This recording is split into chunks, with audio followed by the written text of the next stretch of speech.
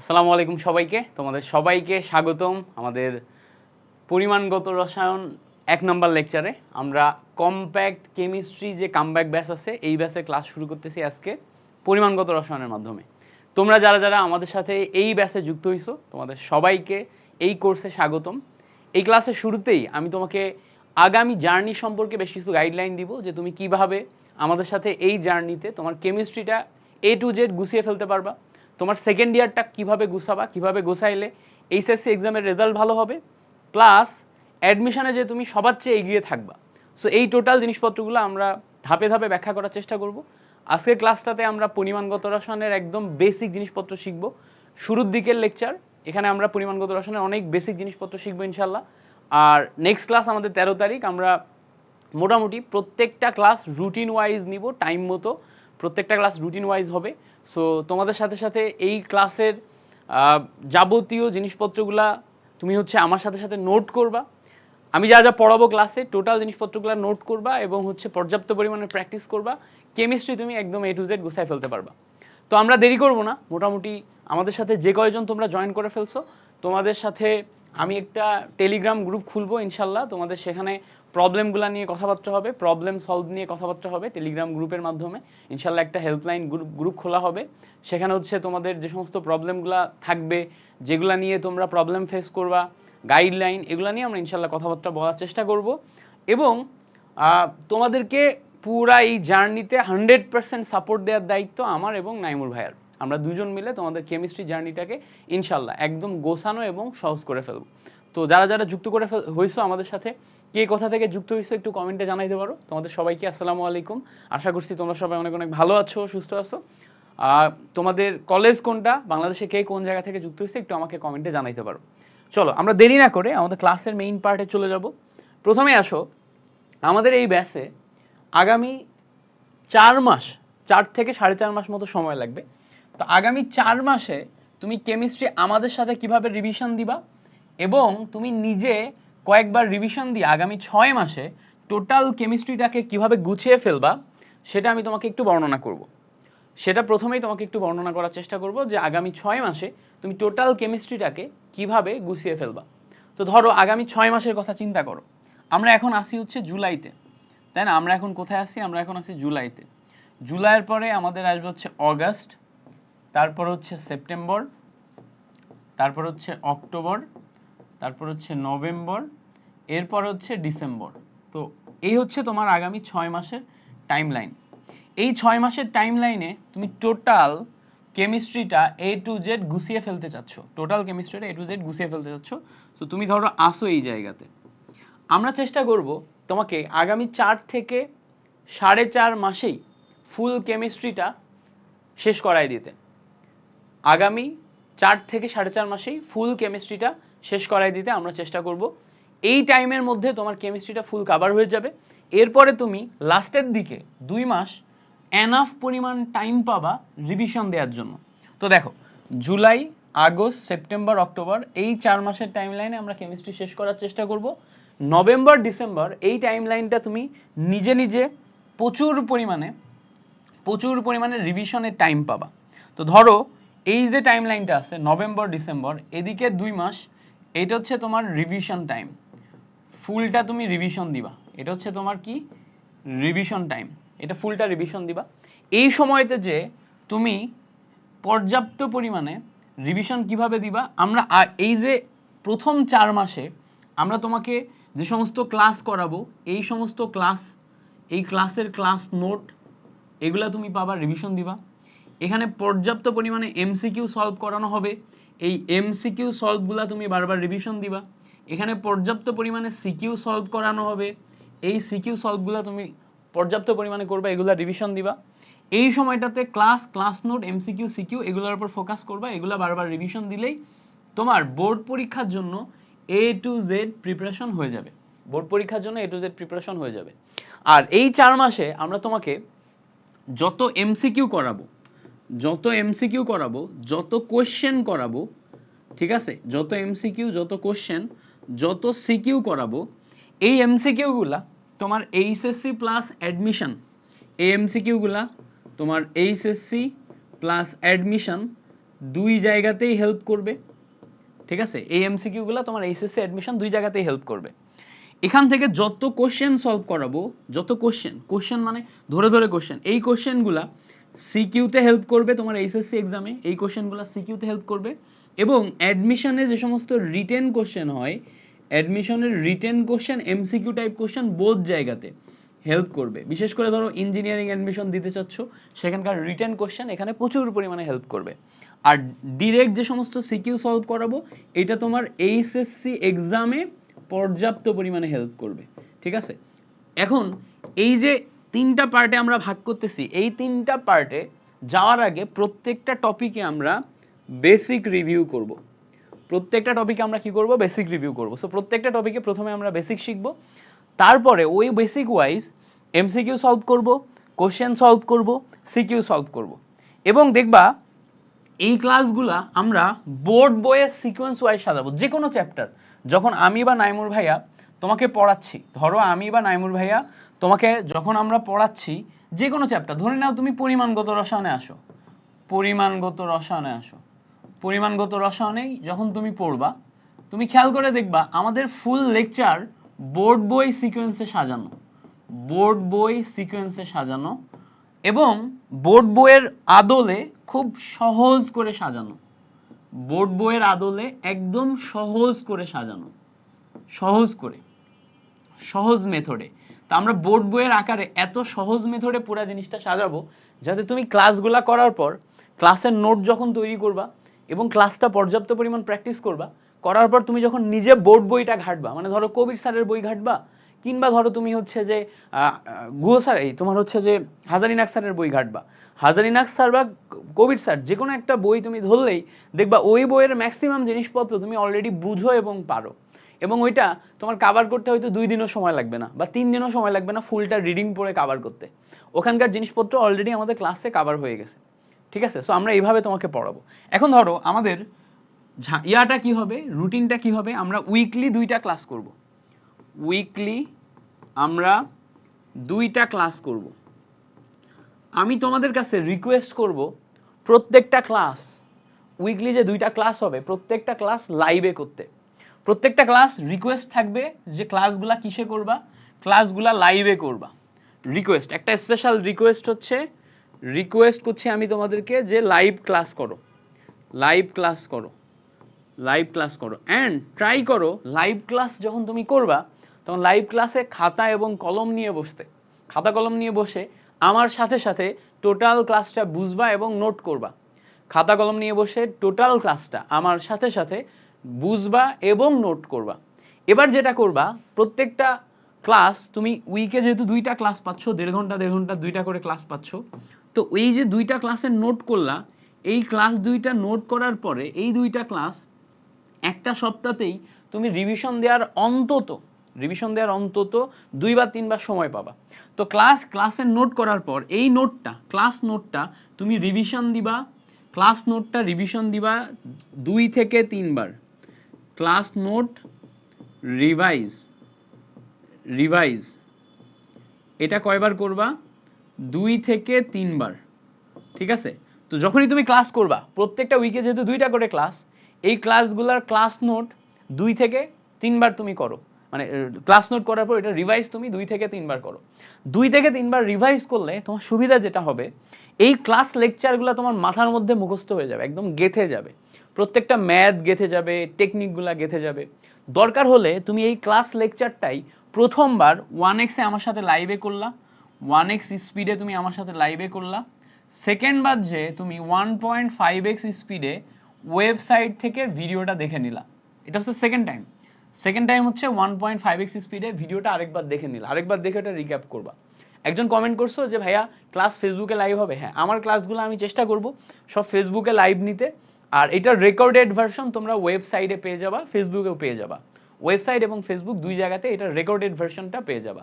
এটা হচ্ছে আমাদের মোটামুটি সবসময় সিস্টেম থাকবে যে রেকর্ডেড ভার্সনটা ওয়েবে পাবা, ফেসবুকেও পাবা, আর হচ্ছে লাইভটা হচ্ছে ফেসবুকে হবে। আমি ফেসবুকে নেওয়ার চেষ্টা করব, হচ্ছে তোমার নাইমুর ভাইয়া ফেসবুক প্লাস হচ্ছে তোমার ওয়েবসাইট 2 জায়গাতেই লাইভ নিতে পারে, বাট আমি ওয়েবসাইটে লাইভ নিব না, বিকজ আমার নেটওয়ার্ক কানেকশন একটু প্রবলেম, 2 জায়গাতে লাইভ নিলে কোনোটাই ভালো হবে না, শুধু ফেসবুকে লাইভ নিলে একদম স্মুথ ক্লাস হবে, ঠিক আছে? সো এই জন্য আমি হচ্ছে যে 2 জায়গাতে লাইভ নিব না, আমি এক জায়গাতে লাইভ নিব।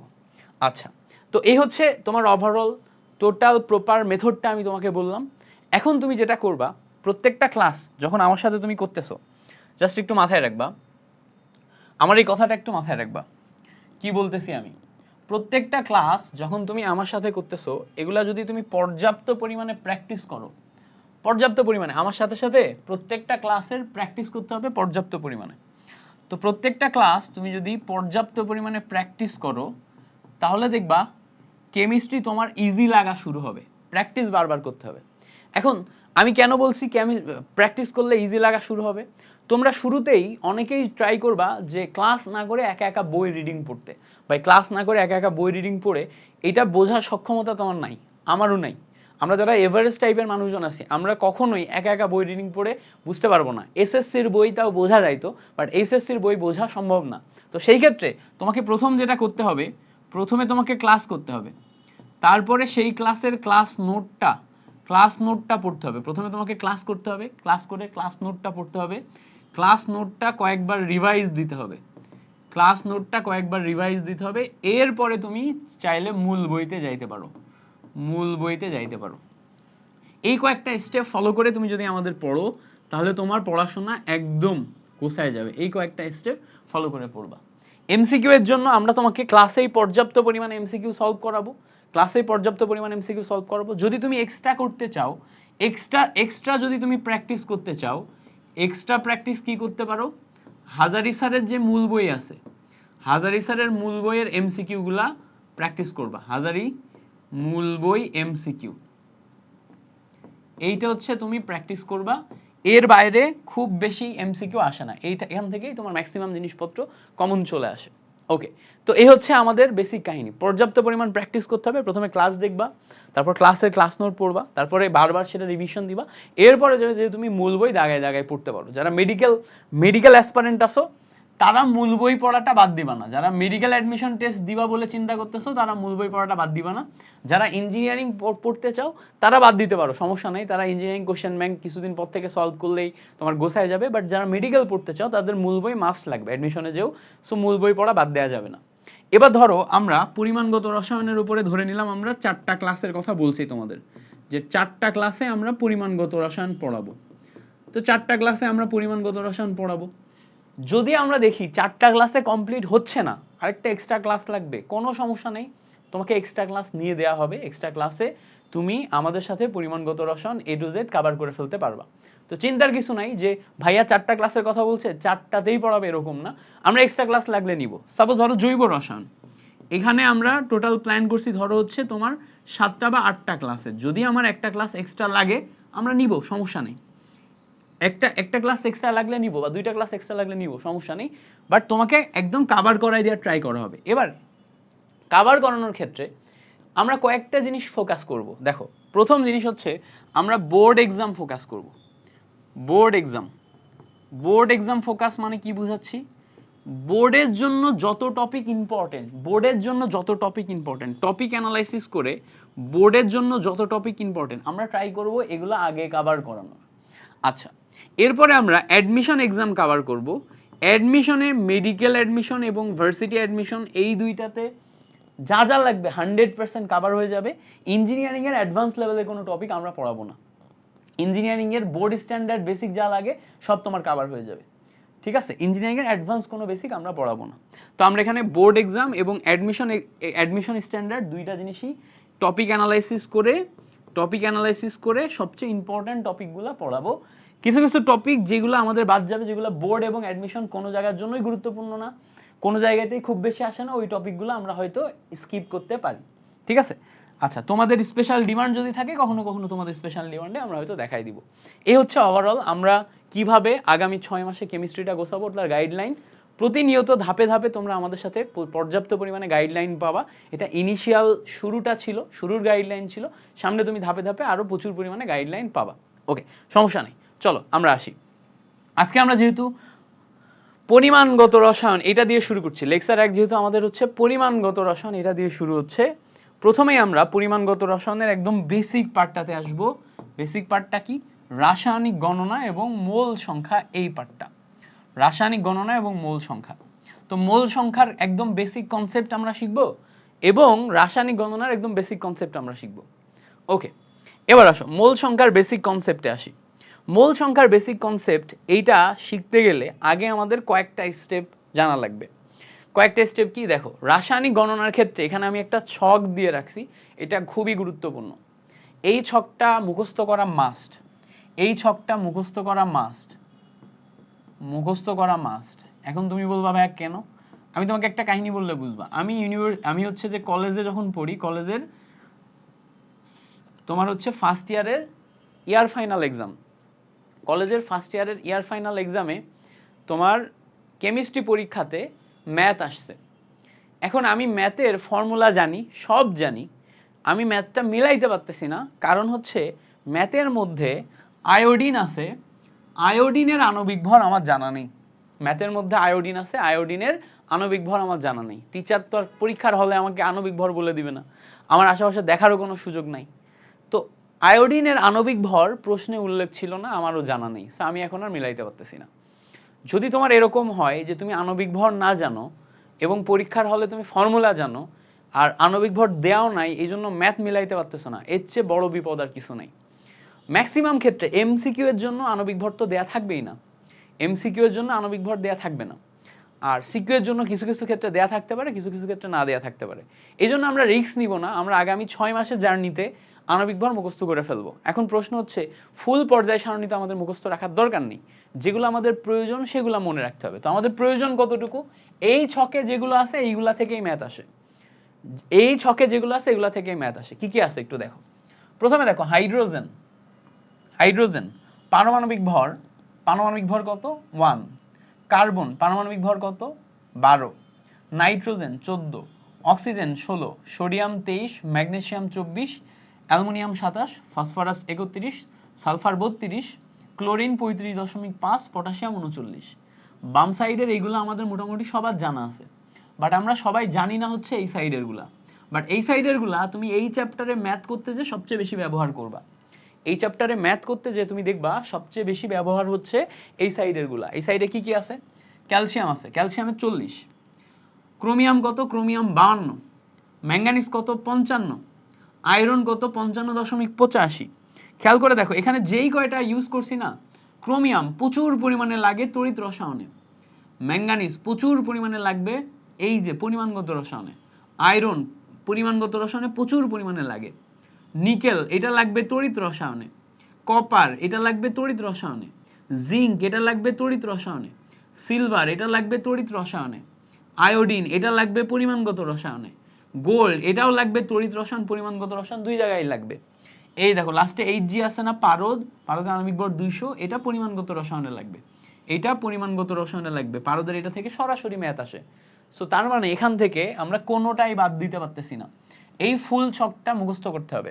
ফুল ছকটা লিখে লিখে মুখস্থ করবা, খাতা নিবা, একটা খাতা নিবা, সেই খাতাতে তুমি বারবার বারবার বারবার রাফ করে করে লিখবা। ধরো এক পারদ এইচজি, হ্যাঁ মার্কারি এইচজি, এটার আণবিক ভর 200, পারমাণবিক ভর 200, এটা অন্তত তুমি 30-40 বার লিখছো এবং 30-40 বার লিখে লিখে এত প্র্যাকটিস করছো যেটা তোমার মুখস্থ হয়ে গেছে, এটা যেন তোমার ভুল না হয়। যেমন ধরো আয়োডিন, আয়োডিনের জন্য 127, এটা তুমি 30-40 বার লিখছো, লিখে লিখে তোমার মুখস্থ হয়ে গেছে, এটা যেন তোমার ভুল না হয়। যেমন ধরো সিলভার, সিলভারের জন্য 108, এটা তুমি লিখছো, লিখে লিখে তোমার মুখস্থ হয়ে গেছে। জিঙ্ক, জিঙ্কের জন্য 65, জিঙ্ক, জিঙ্কের জন্য কত? 65।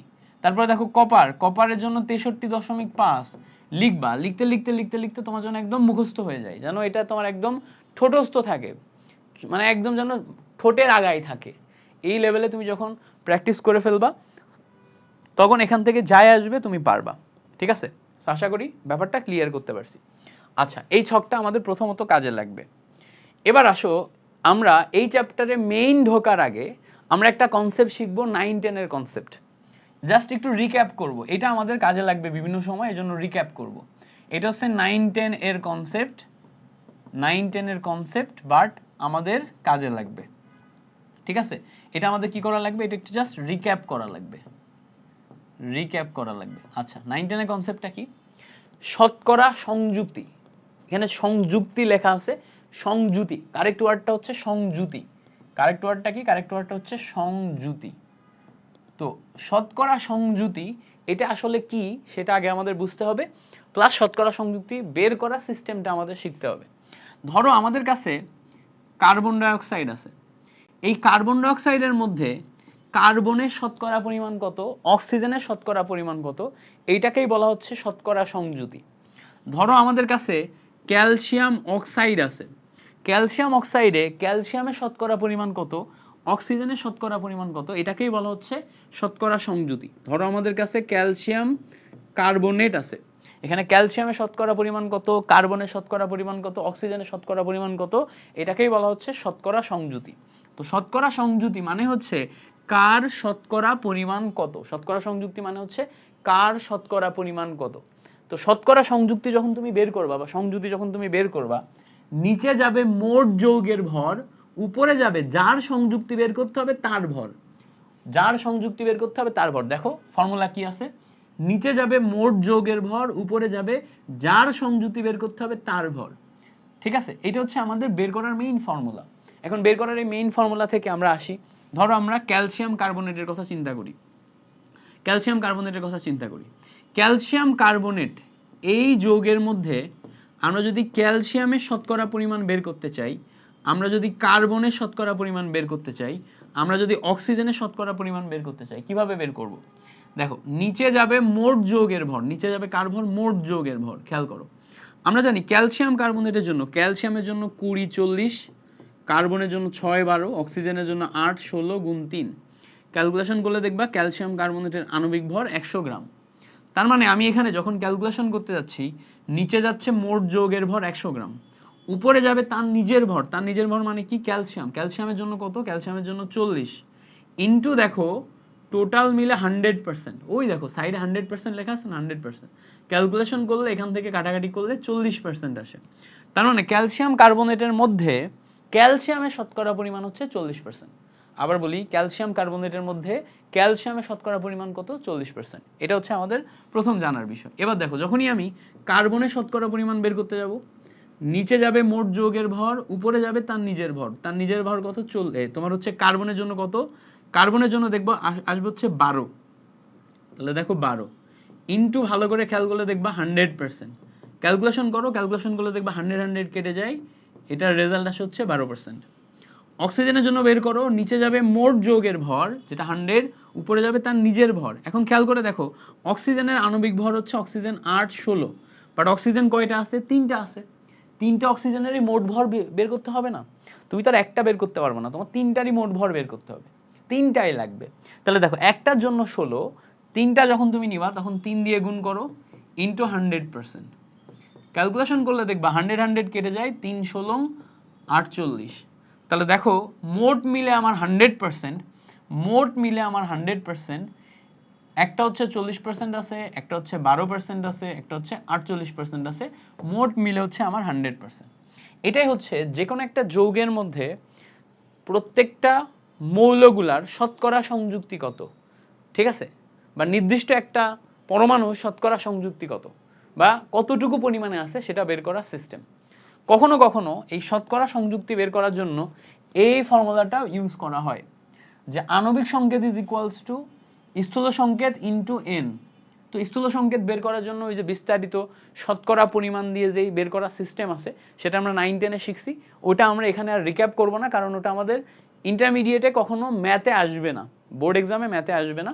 বাট এই ফর্মুলাটা একটু মনে রাখবা, এই ফর্মুলাটা মনে রাখবা, এটা আমাদের কাজে লাগতে পারে। কেন কাজে লাগতে পারে, আমি জাস্ট একটা উদাহরণ দিলে তুমি বুঝতে পারবা, একটা উদাহরণ দিলে বুঝতে পারবা কেন কাজে লাগতে পারে। একটু খেয়াল করো, ধরো আমাদের গ্লুকোজের কথা চিন্তা করো, গ্লুকোজ C6H12O6, এটা হচ্ছে আমাদের গ্লুকোজ।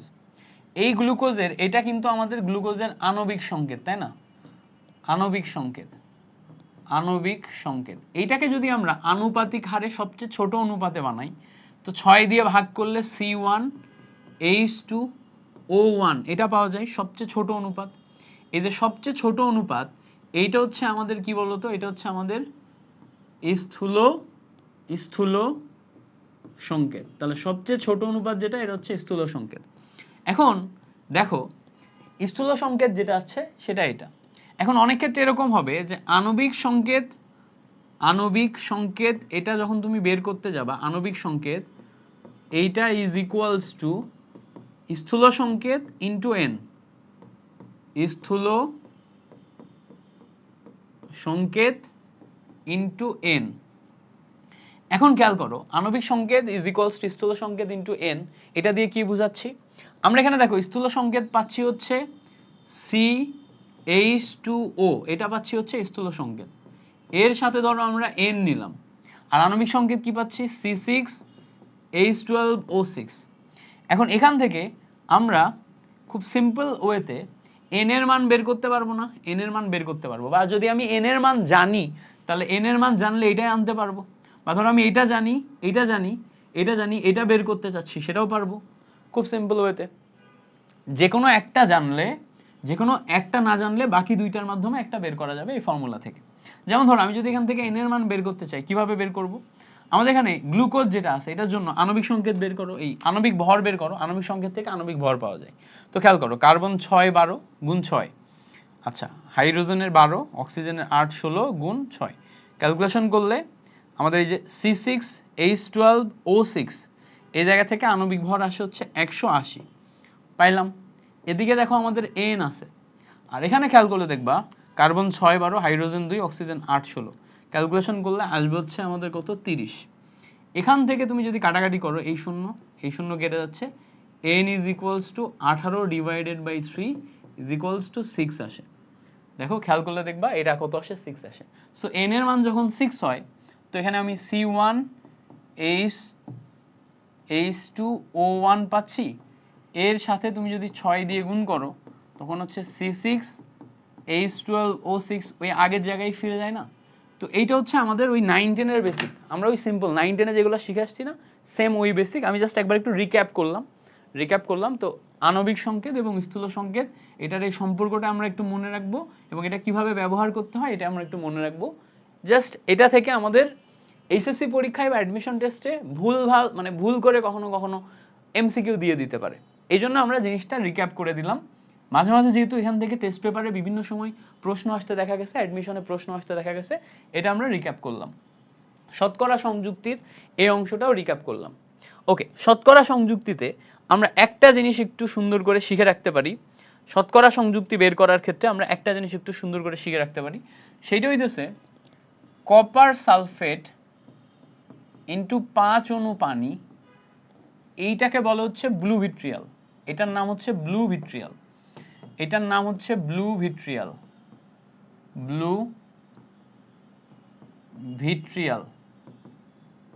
কি? এটার নাম হচ্ছে ব্লু ভিট্রিয়াল। তো এই ব্লু ভিট্রিয়ালে পানির শতকরা পরিমাণ কত?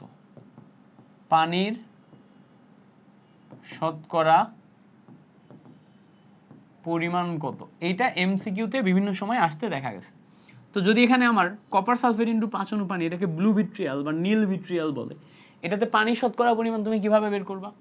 পানির শতকরা পরিমাণ মানে হচ্ছে পানি এর পার্সেন্টেজ বের করতে গেলে নিচে যাবে মোট যৌগের ভর। মোট যৌগের ভর মানে কি? কপার সালফেট ইনটু 5 অণু পানি, এটা হচ্ছে আমার মোট যৌগের ভর। উপরে যাবে, যেহেতু আমি পানিরটা বের করতে চাচ্ছি, তাহলে পানির মোট ভর। পানির মোট ভর মানে কি? 5 ইনটু পানি, এটা হচ্ছে পানির মোট ভর, ইনটু ভালো করে খেয়াল করলে দেখবা 100%। এই হচ্ছে আমরা ক্যালকুলেশন করে বের করতে পারবো। এখন তুমি যেটা করতে পারবা খুব সিম্পল, এখানে আণবিক ভর বসাও, আণবিক ভর বসালে পাবা কপারের জন্য তুমি জানো হচ্ছে আমাদের 63.5, সালফারের জন্য তুমি জানো হচ্ছে 16 32, অক্সিজেন হচ্ছে 8 16 গুণ 4। খেয়াল করো, পানির জন্য আমরা জানি 18 গ্রাম, কয় অণু পানি? 5 অণু পানি। উপরে যাবে পানির জন্য 18 গ্রাম, কয় অণু পানি? 5 অণু পানি, ইনটু আমরা এখান থেকে নিব হচ্ছে 100%। ক্যালকুলেশন করো, ক্যালকুলেটারে বসাও, এটা হচ্ছে 36.04% সম্ভবত আসে। এটা একটু জাস্ট মিলাবা, ক্যালকুলেটর দিয়ে মিলাবা। আমি এটা এতবার করছি আমার লাইফে, এতবার অ্যাডমিশন টেস্টে আসছে, এতবার পড়ানো হয়েছে, যেটা আমার অটোমেটিক মনে আছে, বুঝতে পারছো? সো এটা তুমি ক্যালকুলেশন করবা। তো এটা কখনো কখনো চলে আসে এমসিকিউতে। তো এমসিকিউতে যেহেতু আসে, এটা ক্যালকুলেশন শিখে রাখতে হবে। ওকে, এবার আসো আমরা আজকে আমাদের মেইন টপিকে চলে যাব। মেইন টপিক হচ্ছে আমাদের মোলের হিসাব। এটা মেইন টপিক কি? মেইন টপিক হচ্ছে আমাদের মোলের হিসাব। মোলের হিসাবটা খুব ভালো মতো শিখতে হবে, এটা আমরা ভালো মতো শিখবো এখন। এই পর্যন্ত যারা যারা বুঝতে পারছো তারা একটু কমেন্টে বলবা ইয়েস ভাইয়া বুঝতে পারছি। যারা যারা এই পর্যন্ত বুঝতে পারছো তারা আমাকে কমেন্টে জানাবা যে ইয়েস ভাইয়া বুঝতে পারছি। ওকে,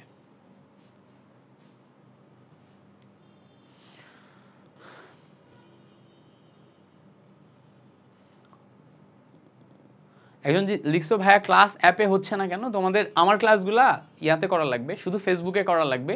অ্যাপে আমি হচ্ছে যে ক্লাসগুলা নিব না, কারণ হইতেছে আমার এখানে যে নেটওয়ার্ক এটা অত বেশি স্ট্রং না। আমি দুই জায়গাতে একসাথে স্ট্রিমিং করতে পারবো না। দুই জায়গাতে স্ট্রিমিং করলে তোমার হচ্ছে যে দুই জায়গাতে স্লো হয়ে যাবে।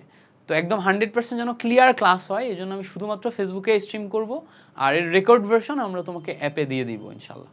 বুঝতে পারছো? চলো এবার আসো আমরা পরের পার্টে যাই। এবার পরের পার্ট আসবো হচ্ছে আমরা মোল এবং মোলের হিসাব, এই পার্টটা। তো মোলের হিসাব পার্টটা আমরা খুব ভালো মতো শেখার চেষ্টা করব। চলো প্রথমে আসি মোল সম্পর্কে বলি। তো আমাদের বেসিক কাহিনী তো আমরা শিখছি আগেই, মোল সম্পর্কে 9-10 খুব ভালো মতো শিখছি যে মোল হচ্ছে তোমার রাসায়নিক পদার্থ গণনার একক। মোল হচ্ছে রাসায়নিক পদার্থ গণনার একক। আমরা মোল বিভিন্নভাবে বের করতে পারি।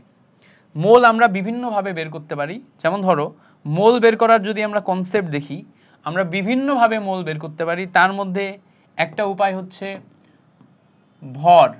আমরা ভর থেকে মোল বের করতে পারি। আমরা ভর থেকে মোল বের করতে পারি। আমরা আয়তন, আয়তনের মাধ্যমে আয়তন থেকে মোল বের করতে পারি। ঠিক আছে? তারপরে হচ্ছে আমরা সংখ্যা, অণু পরমাণু ইলেকট্রন এই টাইপের সংখ্যা, সংখ্যা থেকে আমরা মোল বের করতে পারি। তারপর হচ্ছে আমরা ঘনমাত্রা, ঘনমাত্রা এখান থেকেও আমরা মোল বের করতে পারি। তাহলে মোল হচ্ছে এমন একটা রাসায়নিক পদার্থ পরিমাপের একক, যে একক ব্যবহার করে আমরা রাসায়নিক পদার্থের সব ধরনের বস্তুগুলাকে একটা ব্রিজ করে পরিমাপ করতে পারি। তো আমাদের মোল বের করার বিভিন্ন সিস্টেম আছে, সিস্টেমগুলো আমরা একটা একটা শিখবো। যেমন ধরো তুমি যদি আসো ভর থেকে মোল আসো, তো দেখো মোলকে আমরা এন দিয়ে প্রকাশ করি। মোলকে আমরা এন দিয়ে প্রকাশ করি। যখন আমরা ভর থেকে মোল বের করব তখন এন ইজ ইকুয়ালস টু, তোমার ফর্মুলা আসবে উপরে ডাব্লু নিচে হচ্ছে এম। এখন দেখো ডাব্লু কি? ডাব্লু মানে হচ্ছে যেই ভর দেয়া থাকবে। ডাব্লু মানে কি? ডাব্লু মানে হচ্ছে যে ভর দেওয়া থাকবে, দেওয়া থাকবে মানে র্যান্ডম যেই ভর দেয়া থাকবে সেটা হচ্ছে ডাব্লু। আর এম মানে কি? এম মানে হচ্ছে আণবিক ভর, আণবিক ভর। তো যে কোনো র্যান্ডম ভরকে আণবিক ভর দিয়ে তুমি যদি ভাগ করো তাহলে তুমি এটাকে মোলে কনভার্ট করতে পারবা। এটাকে তুমি কিসে কনভার্ট করতে পারবা? মোলে কনভার্ট করতে পারবা। যেমন ধরো আমি যদি তোমাকে বলি 16 গ্রাম অক্সিজেন ইজ ইকুয়ালস টু কত মোল, হ্যাঁ কত মোল, এটা কিভাবে তুমি মোলে কনভার্ট করতে পারবা? খুব সিম্পল। 16 গ্রাম যেটা আছে এটা হচ্ছে যে কোনো ভর দেয়া আছে 16 গ্রাম, এইটা থেকে আমি ডাব্লিউ পাচ্ছি। আর এখানে যে অক্সিজেন, অক্সিজেন হচ্ছে আমার আণবিক ভর দিচ্ছে, এটা আণবিক সংকেত না, এটা হচ্ছে আণবিক ভর দিচ্ছে, এখান থেকে আমি এম পাচ্ছি। তো যখন আমি এন বের করতে চাচ্ছি, এন বের করতে চাচ্ছি বা মোল বের করতে চাচ্ছি, উপরে হচ্ছে ডাব্লিউ নিচে হচ্ছে এম। ডাব্লিউ মানে আমার দেখো যেই ভর দেয়া আছে ওটা কত? 16 গ্রাম। আচ্ছা এম মানে কত? আণবিক ভর, আণবিক ভর কত? 32 গ্রাম। ক্যালকুলেশন করলে দেখো এখানে আমার হাফ মোল আসে, তাই না? মানে 0.5 মোল আসে। তো খেয়াল করে দেখো আমরা ভর থেকে এভাবে ইজিলি মোল বের করতে পারি। আমরা এভাবে ভর থেকে ইজিলি মোল বের করতে পারি। আচ্ছা এখন আমরা ভর থেকে যেভাবে মোল বের করলাম, সেম ভাবে আমরা চাইলে আয়তন থেকে মোল বের করতে পারি। কিভাবে? আয়তন n ইজ ইকুয়ালস টু, খেয়াল করো, VL divided by 22.4 litre. VL divided by 22.4 litre. দেখো এখানে আমার একটা জিনিস মনে রাখতে হবে, এই ঘটনাটা ঘটে হচ্ছে এসটিপিতে। তো মাথায় রাখতে হবে এসটিপিতে যে কোনো গ্যাসের, যে কোনো এসটিপিতে আমরা যদি যে কোনো গ্যাস নিই, যে কোনো গ্যাস, এসটিপিতে আমরা যে কোনো গ্যাস যদি নিই, যে কোনো গ্যাসের 22.4 লিটারে 1 মোল হয়। ঠিক আছে? মানে যে কোনো গ্যাস, এটা শুধুমাত্র গ্যাসের ক্ষেত্রে কাজ করবে। যে কোনো গ্যাস মানে ধরো তুমি যদি এখন hydrogen gas now, nitrogen gas now, oxygen gas now, any types of gas, hydrogen, nitrogen, oxygen, carbon dioxide, any gas, যে কোনো গ্যাস নিলে সেই গ্যাসের 22.4 লিটারে 1 মোল হবে। এটা হচ্ছে এসটিপিতে। এসটিপি মানে কি? এসটিপি মানে স্ট্যান্ডার্ড টেম্পারেচার এন্ড প্রেসার। মানে টেম্পারেচার এন্ড প্রেসার ফিক্স থাকবে, 1 অ্যাটম প্রেসার, তারপর হচ্ছে তোমার 0°C টেম্পারেচার। এই স্ট্যান্ডার্ড টেম্পারেচার এবং প্রেসারে তোমার 22.4 লিটারে 1 মোল হবে। আচ্ছা, এবার তাহলে আমার এখানে 22.4 লিটারে যদি 1 মোল তৈরি করে, উপরে আমি যদি 22.4 লিটার দিই তাহলে 1 মোল, উপরে যদি আমি 11.2 লিটার দিই তাহলে হাফ মোল, উপরে আমি অন্য যে কোনো সংখ্যা দিলে তত মোল আসবে। তার মানে উপরের যে ভিএল মানে হচ্ছে যে আয়তন দেয়া থাকবে, যে আয়তন কি থাকবে, যে আয়তন দেয়া থাকবে, তো যে আয়তন দেয়া থাকবে সেটা উপরে বসবে আর 22.4 লিটার নিচে বসবে। এইটা ব্যবহার করে আমরা আয়তন থেকে মোল বের করতে পারবো। এটা কি? এটা হচ্ছে আয়তন থেকে মোল বের করতে পারবো। আচ্ছা, আয়তন থেকে মোল বের করার জন্য আমরা এসটিপি পাইলাম না, আরেকটা সিস্টেম আছে, সেই সিস্টেমটাকে বলা হচ্ছে এসএটিপি। এসএটিপি মানে standard ambient temperature and pressure. এইটার ক্ষেত্রে মোল বের করার ফর্মুলা হচ্ছে n = VL divided by 24.8 litre. 24.8 litre কেন? যখন তুমি এসএটিপিতে যাবা, এসএটিপিতে সেম যে কোনো গ্যাসের ক্ষেত্রে এসএটিপিতে 1 মোল গ্যাসের আয়তন হচ্ছে 24.8 লিটার। এসএটিপিতে যে কোনো গ্যাসের ক্ষেত্রে 1 মোল গ্যাসের আয়তন কত? 24.8 লিটার। তার মানে তুমি এখানে এই সেম লাইনটা এসএটিপির জন্য লিখতে পারবা, এই সেম লাইন এখানে উপরে যেটা লিখছি না, যে কোনো গ্যাসের জন্য এই সেম লাইনটা এসএটিপির জন্য লিখতে পারবা। এসএটিপির জন্য যখন লিখবা তখন এখানে তোমার এসএটিপির জন্য 24.8 লিটার হবে। এই জায়গাতে তোমাকে এসএটিপি বসাতে হবে। কি বসাবা? এসএটিপি। এটা বসালে আমার 24.8 লিটারে 1 মোল হবে। ঠিক আছে? ওকে। আচ্ছা, মোল আর এমওএলই মোলের মধ্যে ডিফারেন্স কি? একই জিনিস। এমওএল কখনো কখনো আমরা হচ্ছে ইটা লিখি না, কখনো কখনো দেখা যাচ্ছে যে আমরা লেখার তাড়াহুড়ো করে এমওএল এর ইটা লিখি না, বাট শুদ্ধ উচ্চারণ হচ্ছে এমওএলই মোল। ঠিক আছে? এমওএলই মোল কখনো কখনো লিখি না, একই জিনিস, মোল একই জিনিস, এখানে আলাদা কোনো পার্থক্য নাই। ওকে, এবার খেয়াল করো, এটা আমরা আয়তন থেকে দেখলাম, তাই না? আয়তন থেকে দেখলাম। এবার দেখো, যখনই আমরা আয়তনের বাইরে ঘনমাত্রা থেকে মোল দেখতে যাব, ঘনমাত্রা, তখন n = তোমার ঘনমাত্রা থেকে মানে তোমার মোল বের করতে গেলে vs নেওয়া লাগবে, vs। এইটা সম্পর্কে আমরা সামনে আরো ডিটেলসে জানবো, এখন জাস্ট এইটুকু জানি। v মানে হচ্ছে আমার লিটারে আয়তন, v মানে হচ্ছে আমার লিটারে আয়তন, আয়তন যেটা লিটারে। s মানে হচ্ছে মোলার ঘনমাত্রা, মোলার ঘনমাত্রা s, এটা নিয়ে আমরা বিস্তারিত সামনের ক্লাসে পড়বো। ঠিক আছে? এটা নিয়ে আমার কোনো ঝামেলা নেই, এটা হচ্ছে আমরা সামনের ক্লাসে বিস্তারিত পড়বো। তো একটা হচ্ছে মোলার ঘনমাত্রা আর একটা হচ্ছে আয়তন। তো এটা হচ্ছে আরেকটা ফর্মুলা। ওকে, এখন দেখো আরেকটা ফর্মুলা হচ্ছে, আমরা পরিবেশ রসায়ন যখন পড়বো তখন ওখানে একটা ফর্মুলা শিখবো, PV = nRT। এখান থেকে মোল বের করলে n = PV/RT পাওয়া যায়। তো এই যে ফর্মুলা যেটা আছে না, PV = nRT, এখান থেকেও আমরা n এর ভ্যালু বের করতে পারবো PV/RT এই ফর্মুলা দিয়ে। এখন তুমি বলবা, ভাই এই ফর্মুলা আর আগের ফর্মুলার মধ্যে ডিফারেন্স কি? আগে যখন দেখো আমরা আয়তন থেকে মোল বের করছিলাম তখন আমাদের টেম্পারেচার আর প্রেসার ফিক্স ছিল। এই এসএটিপি কথাটা যখন আসছিল তখন এর মধ্যে আমার টেম্পারেচার প্রেসার ফিক্স হয়ে গেছিল। এসটিপি কথাটা যখন আসছিল এর মধ্যে আমার টেম্পারেচার প্রেসার ফিক্স হয়ে গেছিল। বাট এখানে দেখো আলাদা করে তুমি প্রেসার বসাতে পারবা, আলাদা করে টেম্পারেচার বসাতে পারবা, এইটার উপর ডিপেন্ড করে আয়তন যেটা হবে সেটা, এটার উপর ডিপেন্ড করে মোল যেটা হবে সেটা। তার মানে এখানে যে কোনো প্রেসার, টেম্পারেচার, আয়তন এগুলো বসানো যাবে। তো এই যতগুলা জিনিস আমি তোমাকে দেখালাম, এগুলাকে যদি তোমাকে আমি এক লাইনে লিখে দিই, এক লাইনে, তখন আমাদের মোলের ফর্মুলা কি আসে খেয়াল করো। এক লাইনে মোলের ফর্মুলা n = W/m আসে। ঠিক আছে? একটা জিনিস বাদ গেছে, সেটা হচ্ছে সংখ্যারটা বাদ গেছে, n/n এ আসে। তারপরে দেখো VL/22.4 লিটার আসে। তারপরে দেখো VL/24.8 লিটার আসে। এছাড়া আসে হচ্ছে PV/RT। এছাড়া আসে দেখো হচ্ছে VS। তো এখানে যে কয়টা আছে সব কয়টাই আমি অলরেডি তোমাকে দেখাই ফেলছি, বাট দেখবা সবগুলো আলাদা আলাদা ভাবে দেখাইছি। n এর সাথে এটা দেখাইছি, n এর সাথে এটা দেখাইছি, n এর সাথে এটা দেখাইছি, n এর সাথে এটা দেখাইছি, n এর সাথে এটা দেখাইছি, এখানে সবগুলাকে একসাথে লিখছি। আচ্ছা, এবার তুমি বলবা, ভাই একটা নতুন লিখছেন, এটা তো বুঝান নাই, একটু বুঝাই দিই চলো। দেখো n = n/na, এটা দ্বারা কি বুঝায়?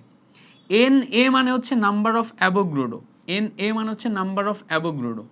এইটা হচ্ছে একটা সংখ্যা যেই সংখ্যাতে তোমার 1 মোল হয়, যে সংখ্যাটা হচ্ছে 6.023 ইনটু 10⁻23।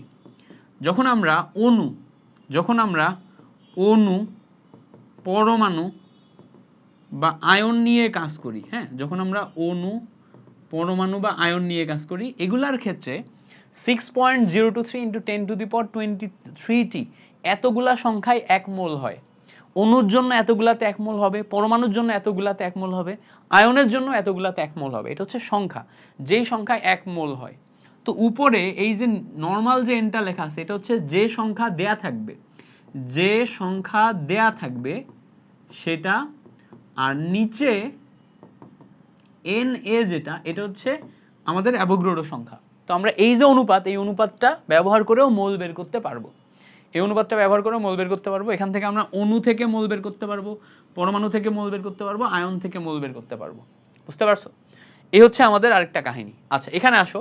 এই জায়গাতে আমরা যখন এই যে n is equals to VL divided by 22.4 litre লিখছি না, এটাকে যদি আমি লিটারের জায়গায় মিলিলিটারে কনভার্ট করি, তাহলে উপরে VML লিখবো, নিচে 22.4 লিটারকে আমি 1000 দিয়ে গুণ করলে 22400 পাবো। ঠিক আছে, ভি লিটারের জায়গায় মিলিলিটারে কনভার্ট করলে VML ডিভাইডেড বাই 22400। আচ্ছা, ওই সেম জিনিস উপরে VL ডিভাইডেড বাই 24.8 লিটার আছে, এটাকে যদি তুমি মিলিলিটারে কনভার্ট করো, তাহলে উপরে আসবে VML, নিচে আসবে হচ্ছে 24800। মিলিলিটারে কনভার্ট করলে নিচে তোমার 1000 দিয়ে গুণ করতে হবে। এই হচ্ছে আমাদের বেসিক কাহিনী। কখনো কখনো আমরা সরাসরি মিলিলিটারে মান হিসাব করব, তো এই জন্য এটাও লিখে দিলাম, এটাও আমাদের কখনো কখনো কাজে লাগবে। আচ্ছা, এবার আসি আমরা এই যে এক লাইনে ফর্মুলা লিখলাম, এই ফর্মুলাটা একটু বিশ্লেষণ করি। দেখো, উপরে আমার যে নর্মাল এন আছে, এটা দিয়ে নর্মাল মোল বুঝায়। ঠিক আছে, এখানে W/M যেটা আছে, এটা হচ্ছে ভর থেকে মোল বুঝায়। এই N/N যেটা আছে, এটা হচ্ছে সংখ্যা থেকে মোল বুঝায়, এইটা হচ্ছে আমার STP কন্ডিশনে মোল, এইটা হচ্ছে আমার SATP কন্ডিশনে মোল। আচ্ছা, এইটা কি? এইটা হচ্ছে আমার যে কোনো অবস্থা, এই অবস্থা থেকে মোল আমি বের করতে পারবো এটা দিয়ে। আর এটা হচ্ছে আমার ঘনমাত্রা থেকে মোল, যদি আমার ঘনমাত্রা থেকে মোল বের করতে বলে, তাহলে আমি এইটা ব্যবহার করে মোল বের করতে পারবো। এই হচ্ছে আমাদের ওভারঅল সব মিলায় কাহিনী। এখন আমার এই জায়গাতে একটা এক্সট্রা জিনিস শিখতে হবে, সেটা হচ্ছে যখন তুমি সংখ্যা থেকে মোল বের করবা, এই যে সংখ্যা থেকে মোল বের করবা, তখন কখনো কখনো দেখা যাবে তোমার শুধুমাত্র মিথেন নিয়ে কাজ করতে হচ্ছে, বা ধরো নর্মাল সোডিয়াম নিয়ে কাজ করতে হচ্ছে, বা ধরো কার্বন ডাইঅক্সাইড নিয়ে কাজ করতে হচ্ছে। খেয়াল করে দেখো, এখানে মিথেন হচ্ছে একটা অণু, সোডিয়াম হচ্ছে একটা পরমাণু, কার্বন ডাইঅক্সাইড কি? কার্বন ডাইঅক্সাইড একটা অণু। তো জিনিসটা এরকম, যখন তুমি অণু নিয়ে কাজ করবা, হিসাব শেষে তুমি অণুই বের করতে পারবা, অণু থেকে অণু পাওয়া যায়। পরমাণু যে নিয়ে যখন তুমি কাজ করবা, তখন হিসাব শেষ করে পরমাণু থেকে তুমি পরমাণুই পাবা, অণু থেকে অণু পাবা, পরমাণু থেকে পরমাণু পাবা, একটা থেকে আরেকটা পাওয়া যায় না। অণু থেকে অণুই পাবা, পরমাণু থেকে পরমাণুই পাবা, আয়ন যদি হিসাব করো, আয়ন থেকে আয়নই পাবা। তো এগুলো একটু মাথায় রাখতে হবে, এগুলো আমাদের সামনে কাজে লাগবে।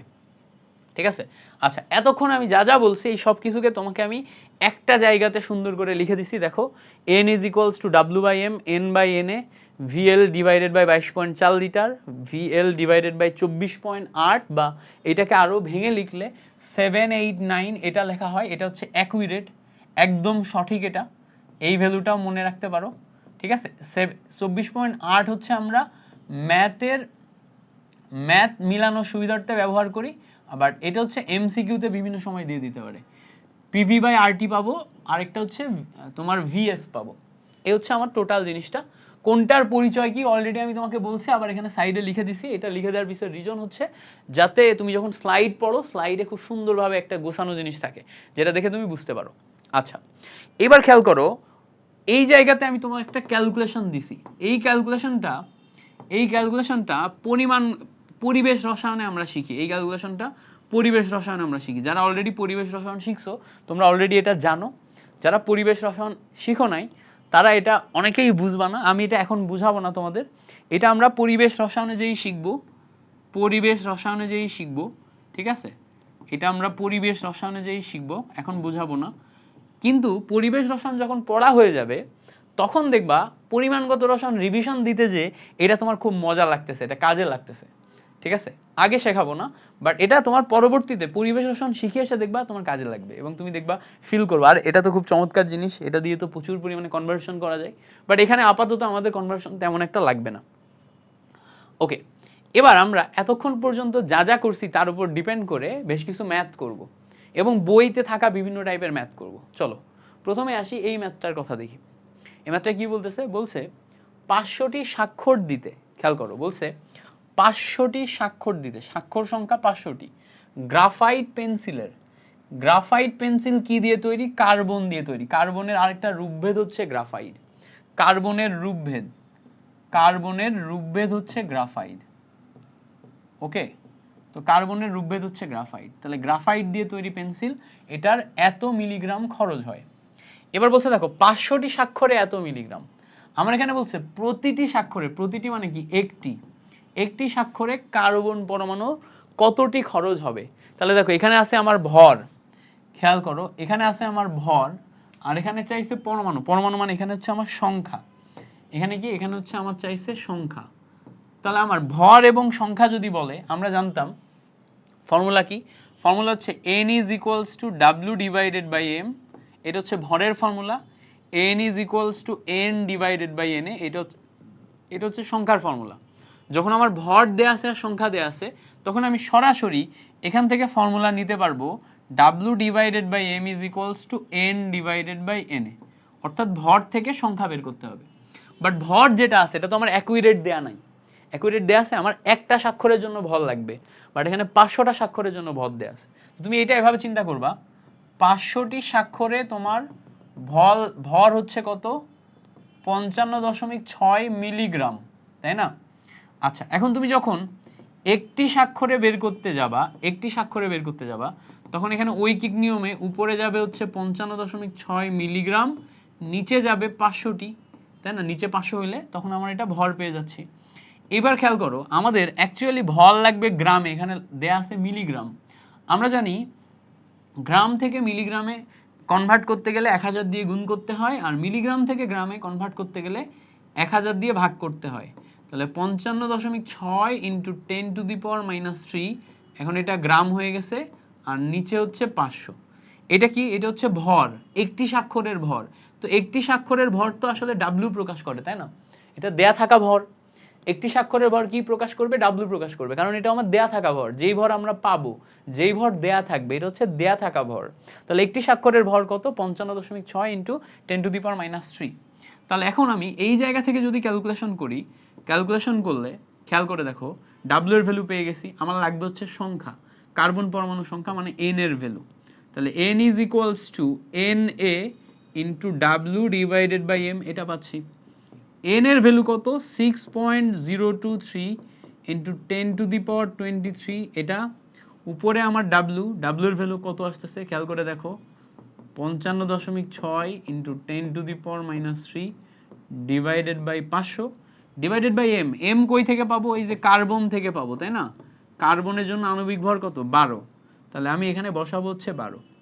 ক্যালকুলেশন করলে এখান থেকে তুমি কারেক্ট অ্যান্সার পেয়ে যাবা। তোমরা একটু কমেন্টে জানাও কত আসে।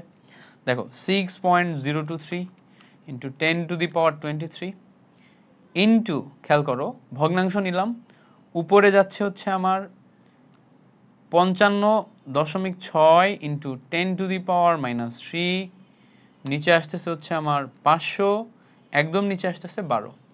ক্যালকুলেশন করলে আমার এখানে সংখ্যা আসে 5.581 ইন্টু 10 টু দি পাওয়ার 18টি, এতটি আমার পরমাণু খরচ হয়। তাহলে একটা স্বাক্ষরে পরমাণু খরচ হয়েছে কয়টা? কার্বনের এতটি পরমাণু।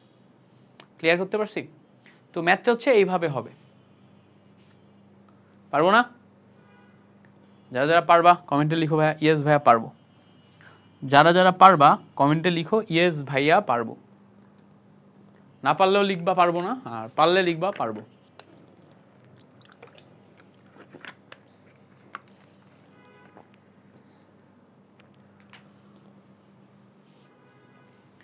আসো পরেরটা দেখি। পরে আমাদের বলতেছে যে 90 গ্রাম পানিতে কত মোল পানি এবং কয়টি পানি অণু আছে। মানে প্রথমে আমার চাইছে হচ্ছে মোল, তারপরে চাইছে কতটি পানির অণু। তো ভালো করে খেয়াল করলে দেখবা পানি মানে হচ্ছে H2O, H2O একটা অণু না। তা আমি বলছিলাম অণু থেকে হিসাব করে আমরা অণুই পাবো। তো অণু থেকে হিসাব করে যদি অণুই পাই, প্রথমে আমরা মোল বের করি। N is equals to আমার ফর্মুলা হচ্ছে W divided by M।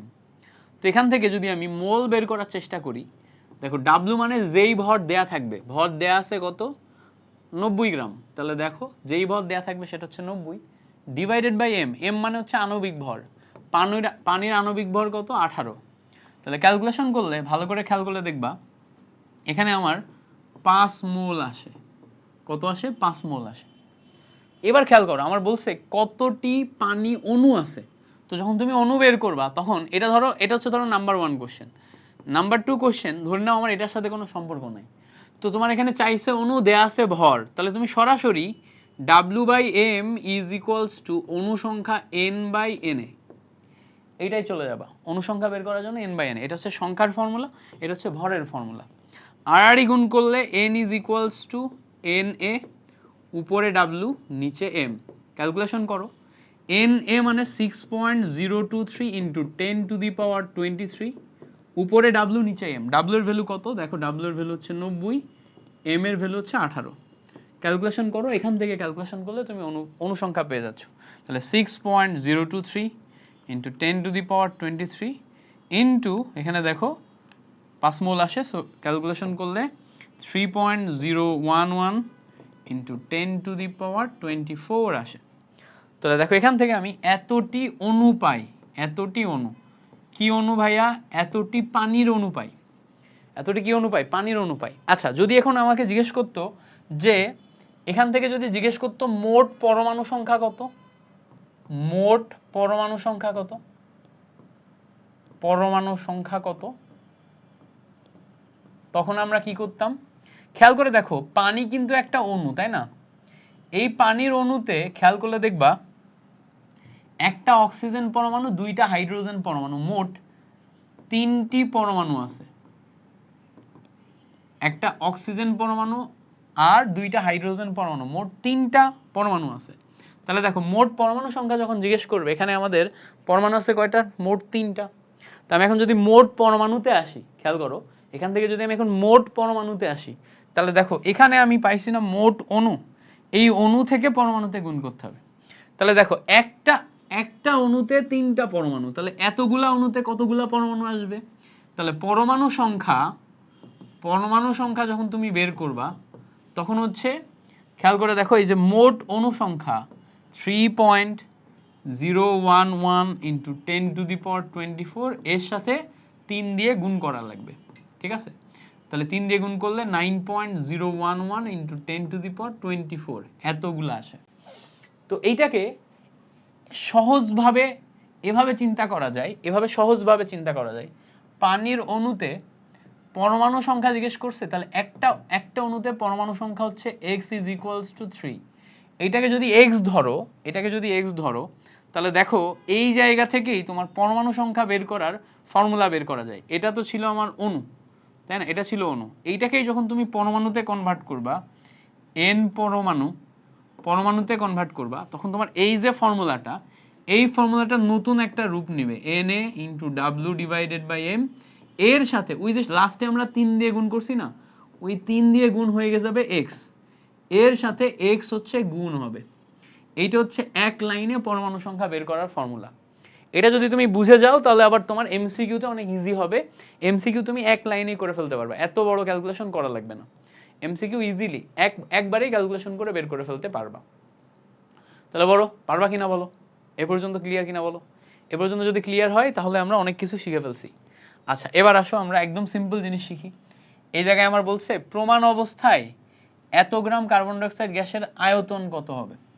প্রমাণ অবস্থায় আয়তন চাইছে। তো প্রমাণ অবস্থায় আয়তন মানে হচ্ছে VL ডিভাইডেড বাই 22.4 লিটার। এটা হচ্ছে প্রমাণ অবস্থায়, মানে STP তে আয়তন। আমার প্রশ্নে প্রমাণ অবস্থাও লেখা থাকতে পারে, STPও লেখা থাকতে পারে। আচ্ছা, এখানে দেয়া আছে ভর, মানে ফর্মুলা যাবে W ডিভাইডেড বাই M। এটা ভর দেয়া থাকলে W divided by M। Calculation যদি করো তাহলে দেখো এই ভিএল এর ভ্যালু বের করতে বলছে, তাহলে ভিএল ইজ ইকুয়ালস টু উপরে W divided by M into 22.4 litre এটা আসে। তো দেখো ডাব্লিউ এর ভ্যালু দেখো আমাদের দেয়া আছে হচ্ছে 2.2, কার্বন ডাইঅক্সাইডের আণবিক ভর হচ্ছে 44 ইন্টু দেখো এখানে আমরা 22.4 লিটার পাচ্ছি। এখান থেকে জাস্ট এখন তোমাকে ক্যালকুলেশন করে বের করতে হবে। তো তুমি এটা ক্যালকুলেশন করবা কিভাবে, মুখোমুখিও করতে পারো, ক্যালকুলেটর দিয়েও করতে পারো। আচ্ছা ক্যালকুলেটর দিয়েই করি। 2.2 22.4 ডিভাইডেড বাই 44, ক্যালকুলেশন করলে এখান থেকে আমার 1.12 লিটার এটা আসে হচ্ছে কারেক্ট আনসার। বুঝতে পারছো না? 1.12 লিটার এটা আসে হচ্ছে কারেক্ট আনসার। এখানেও যদি আমার এই যে খেয়াল করো 2.2 গ্রাম কার্বন ডাইঅক্সাইডে অণু সংখ্যা বের করতে বলতো, অণু সংখ্যা যদি বের করতে বলতো তখন n is equals to na into W divided by M, এটা করলে আমরা বের করে ফেলতে পারতাম। যদি এখান থেকে পরমাণু সংখ্যা বের করতে বলতো, পরমাণু সংখ্যা বের করতে বলতো তাহলে পরমাণু সংখ্যা বের করলে na into W divided by M into এখানে আমার একটা অণুতে পরমাণু আছে হচ্ছে 3টা, তাহলে এই জায়গাতে পরমাণু 3 x দিয়ে গুণ করলে আমরা বের করতে পারতাম। x এর ভ্যালু কত এখানে, x এর ভ্যালু দেখো কার্বন ডাইঅক্সাইডের জন্য x এর ভ্যালু হচ্ছে 3, গুণ করলে বের করে ফেলতে পারতাম। তো যদি ওইটা বের করতে বলতো তখন আমরা ওই ফর্মুলায় যাইতাম, যেহেতু ওইটা বের করতে বলে নাই তাহলে আমরা এই ফর্মুলা দিয়েই ক্যালকুলেশন করে বের করতে পারতেছি। আচ্ছা এইটা দেখো, এই ম্যাথটা খুব ইম্পর্টেন্ট, এই ম্যাথটা প্রচুর পরিমাণে পরীক্ষায় আসতে দেখা যায়, এই ম্যাথটা ইম্পর্টেন্ট। এটা দেখো আগে একবার পড়ো, ম্যাথটা একটু পড়ো, যারা প্রথমবার দেখতেছো একবার ম্যাথটা পড়ো।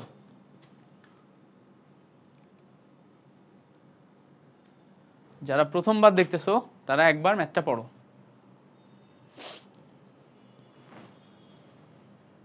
কারা কারা এই কোর্সের মাধ্যমে আমার ক্লাস প্রথমবার করতেছো তারা কমেন্টে লিখবা হচ্ছে প্রথমবার করতেছি। আর যারা প্রথমবার করতেছো না, আগে হচ্ছে ক্লাস করছো, আগে ক্লাস করছো, ফ্রি ক্লাস করছো বা পেইড কোনো কোর্সে ক্লাস করছো, তারা লিখবা ভাইয়া আগে ক্লাস করছি।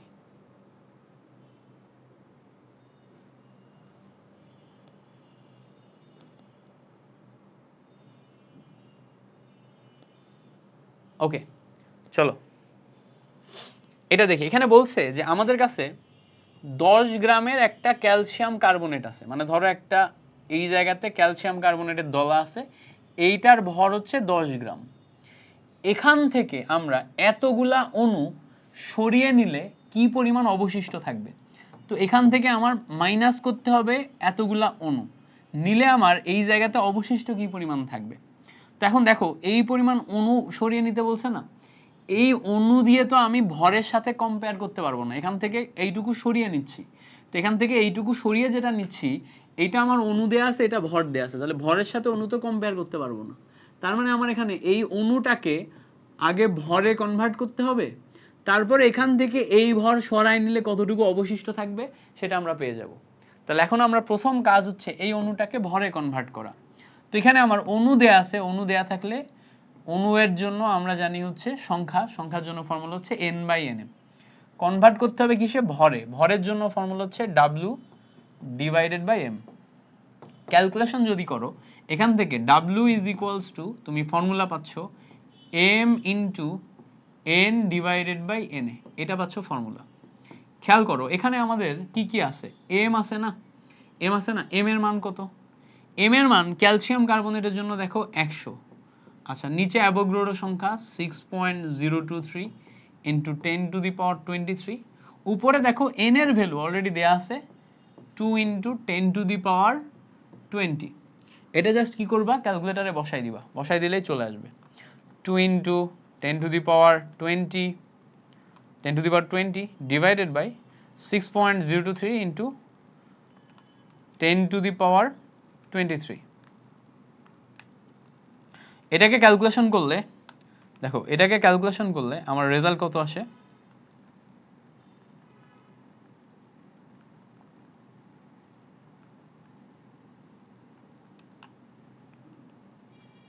সো এটাকে ক্যালকুলেশন করলে আমার রেজাল্ট আসে হচ্ছে 0.033 গ্রাম এটা আসে।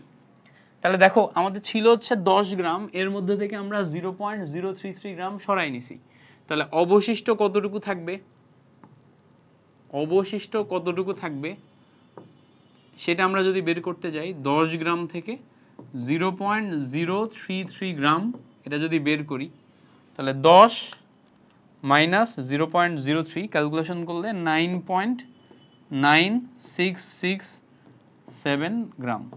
এই হচ্ছে আমাদের কারেক্ট আনসার, এটা হচ্ছে আমাদের কারেক্ট আনসার। তাহলে এখান থেকে আমরা পুরো জিনিসটা ক্লিয়ার করতে পারছি কিনা বলো।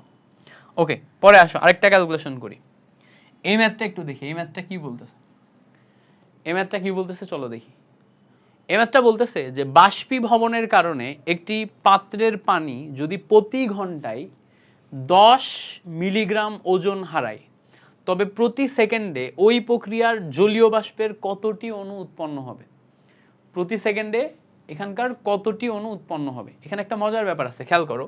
এটা হচ্ছে আমাদের জলীয় বাষ্পের ক্ষেত্রে বলছে, তার মানে এটা হচ্ছে আমার পানি। ওকে, পানি। এবার খেয়াল করো, একটা পাত্রে পানি প্রতি ঘন্টায় 10 মিলিগ্রাম ওজন হারাচ্ছে, প্রতি ঘন্টায় 10 মিলিগ্রাম ওজন হারাচ্ছে। তো এই ওজনটাকে আগে তুমি মিলিগ্রাম থেকে গ্রামে কনভার্ট করো। গ্রামে কনভার্ট করলে 10 × 10⁻³ এই গ্রাম আসে। তার মানে দেখো এখান থেকে আমরা 10⁻² গ্রাম পাই। আরো সোজা কথা বললে 1/100 মানে 0.01 গ্রাম পাই। তো এখানে এই যে 0.01 গ্রাম বা 10⁻² গ্রাম এইটা হারাচ্ছে প্রতি ঘন্টায়। প্রতি ঘন্টায় মানে কি, খেয়াল করো 3600 সেকেন্ডে ওজন হারাচ্ছে 0.01 গ্রাম। এখন আমার বলছে দেখো প্রতি সেকেন্ডে কতটুকু অণু হারাবে। তো দেখো প্রতি সেকেন্ডে যদি আমি দেখি তাহলে 1 সেকেন্ডে অণু হারাবে কত, উপরে 0.01, নিচে আসবে হচ্ছে 3600 সেকেন্ড। এটা ক্যালকুলেশন করলে এখান থেকে আমি কি পেয়ে যাব, এখান থেকে আমি W পেয়ে যাব, তাই না। এই যে ভরটা এটা 1 সেকেন্ডে কতটুকু হারাবে তার জন্য, বাট আমার এখানে চাইছে দেখো অণু সংখ্যা, অণু পরমাণু সংখ্যা। তাহলে এত এত যেটা এটা হচ্ছে আমার গ্রামে আসলো ভর। এখন আমি যদি অণু সংখ্যা বের করতে চাই তাহলে সংখ্যা বের করার ফর্মুলা হচ্ছে N/Na, উপরে দেখো W/M। আচ্ছা, এখান থেকে সংখ্যা বের করার ফর্মুলা N যদি আমি বের করতে চাই তাহলে এখানে আমার অণুর জন্য Na, উপরে W, নিচে আসবে হচ্ছে M। ক্যালকুলেশন করো Na যেটা Na এটা মানে অ্যাভোগাড্রো সংখ্যা 6.023 × 10⁻23, উপরে দেখো W, নিচে M। W এর জন্য পানি 18 গ্রাম আসে। W মানে কি, পানি। পানির জন্য জলীয় বাষ্প মানেই তো পানি, পানির জন্য 18 গ্রাম।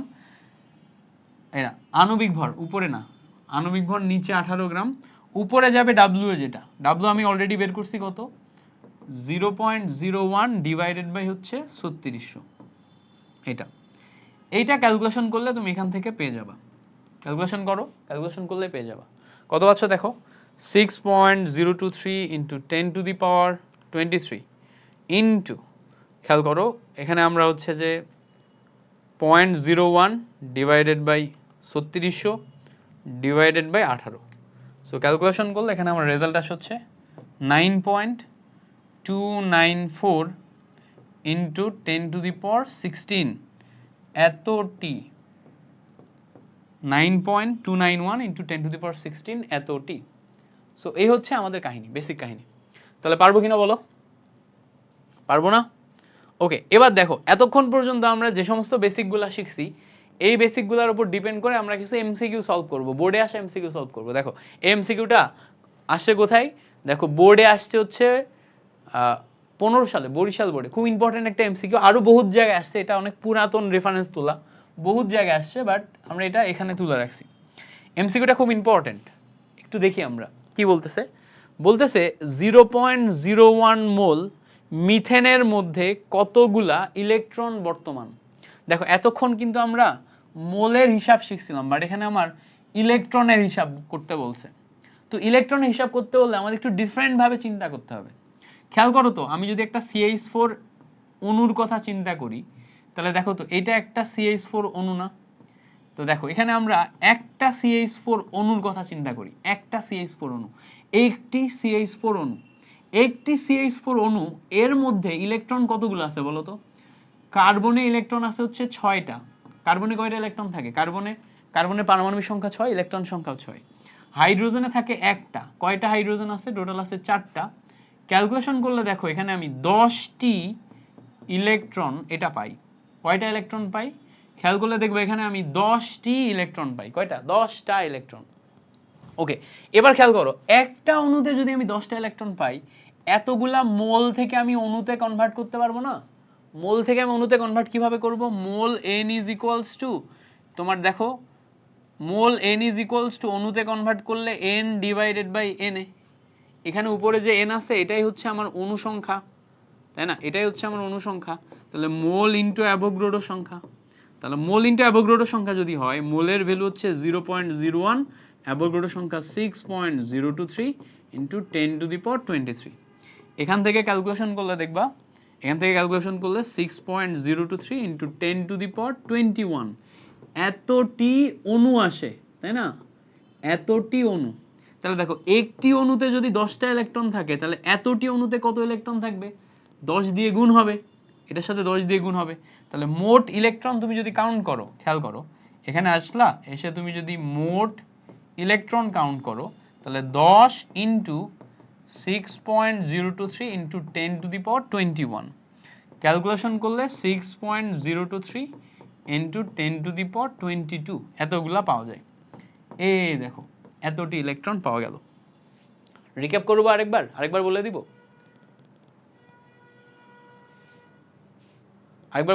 চলো আরেকবার বলি। খেয়াল করো কি বলছি, একটা মিথেন অণু, এখানে দেখো মিথেন আছে না, একটা মিথেন অণুর মধ্যে ইলেকট্রন হচ্ছে 10টা। আমি যখন 0.01 মোল চিন্তা করতেছি, 0.01 মোলের মধ্যে কতগুলা সেটা আমাদের এখানে চিন্তা করতে হবে। 0.01 মোলের মধ্যে কতগুলা সেটা চিন্তা করতে হবে। তো 0.01 মোলের মধ্যে কতগুলা হবে সেটা যখন আমি বের করতে যাব, ডেফিনেটলি আমার এইভাবে চিন্তা করা লাগবে, তাই না? কিভাবে চিন্তা করা লাগবে? ধাপে ধাপে ভাঙবো, ভেঙে চিন্তা করব। আগে হচ্ছে মোল থেকে অণু সংখ্যা বের করে নিব, এতগুলা অণু পাইছি, তাহলে এতগুলা অণুর সাথে 10 দিয়ে গুণ, শেষ। ক্লিয়ার করতে পারছি? ওকে,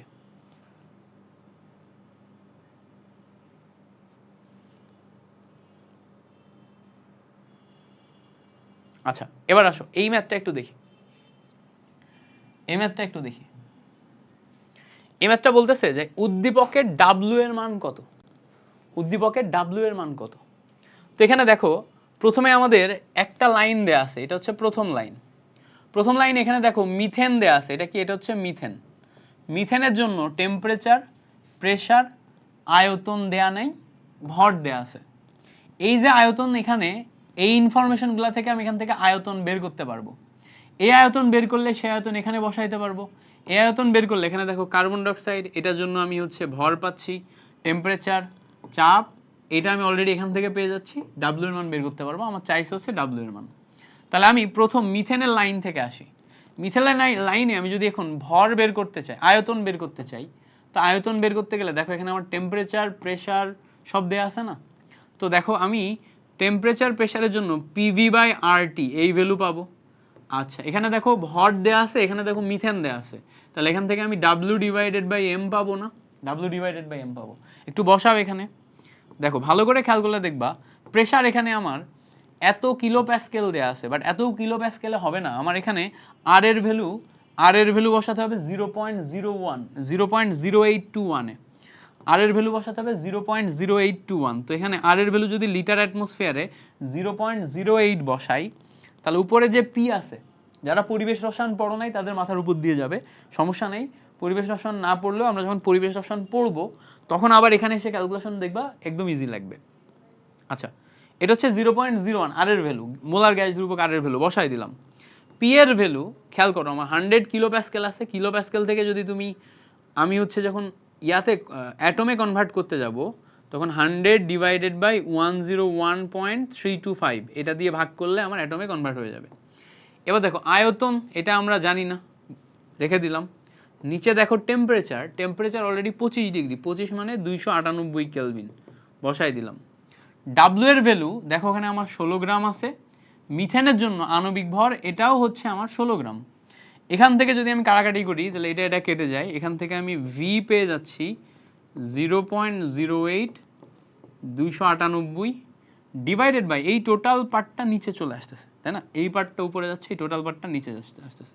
তো নিচে আসলে 100 ডিভাইডেড বাই 101.325, এই হচ্ছে আমাদের বেসিক কাহিনী।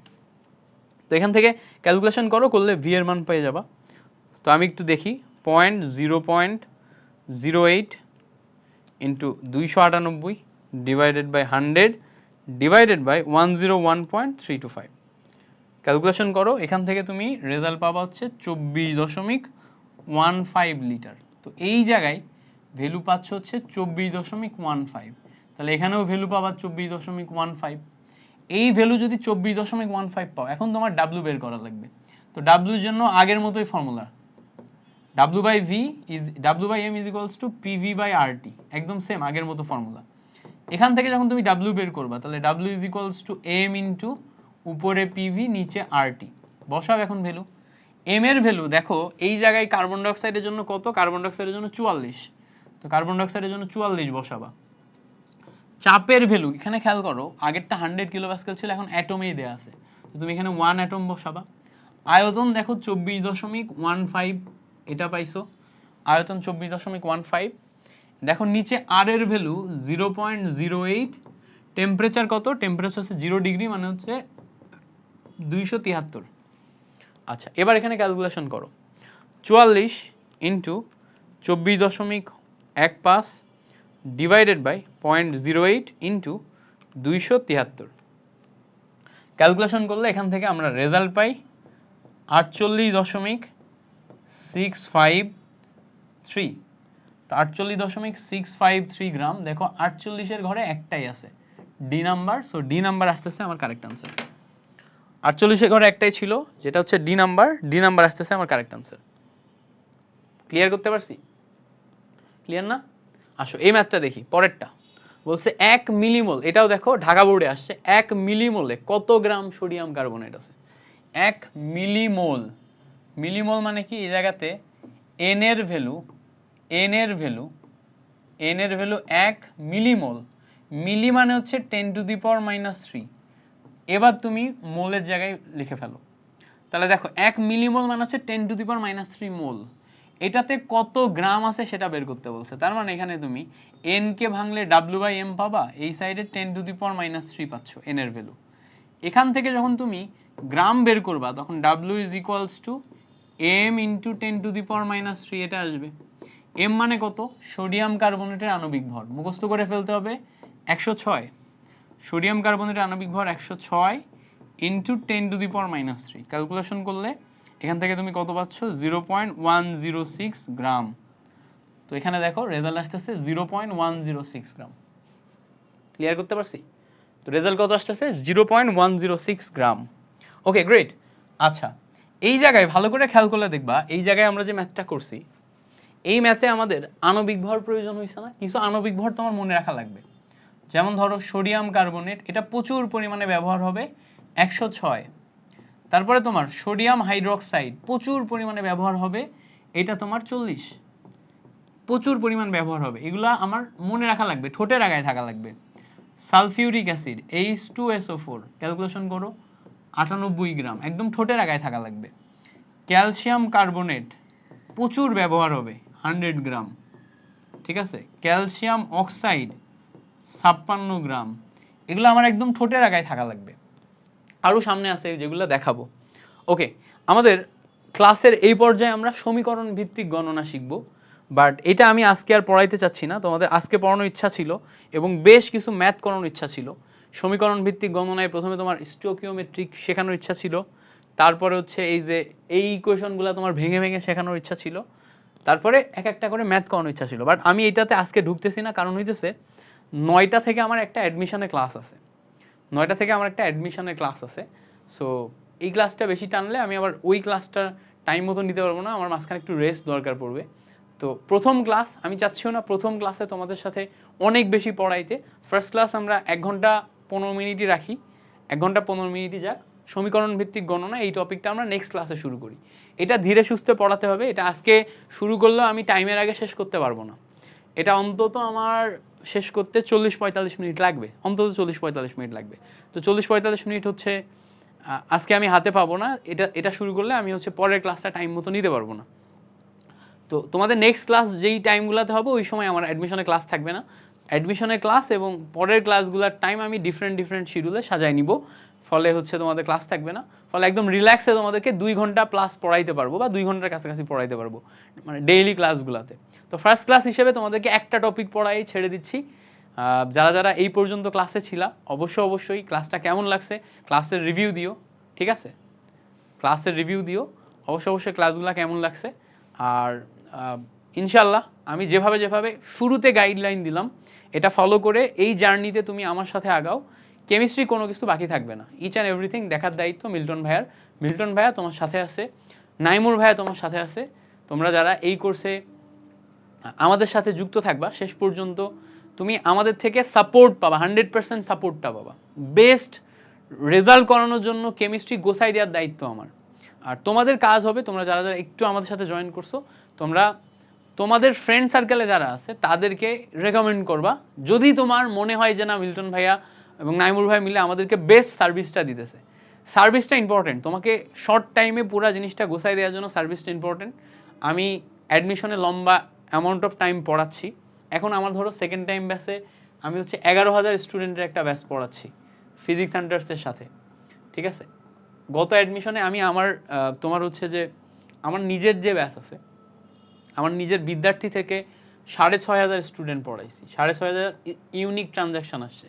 সো তো মোটামুটি অ্যাডমিশনে আমার একটা বড় ইয়ে আছে, বাট এইচএসসি লেভেলে আগে ডিটেলস পড়ানো হয় নাই, এফআরবি পড়ানো হয়েছে তোমাদের মাধ্যমেই। আমি হচ্ছে যে একদম একাডেমিকে ঢুকলাম 27 ব্যাচ এবং 28 ব্যাচের মাধ্যমে, এইবার আমি একাডেমিকে ঢুকলাম, এর আগ পর্যন্ত পড়াই নাই। তো একাডেমিকে তোমাদের যে কেমিস্ট্রি পড়াবো এটা অনেক সময় নিয়ে গোছায় পড়াবো ইনশাল্লাহ, আমাদের সাথে থাইকো, ভাইয়ার জন্য দোয়া রাখো। তোমাদের সাথে নেক্সট ক্লাসে দেখা হচ্ছে, আজকে ক্লাসটা আমরা এই পর্যন্তই রাখবো। ওকে, ঠিক আছে, তোমাদের সাথে দেখা হবে আবার।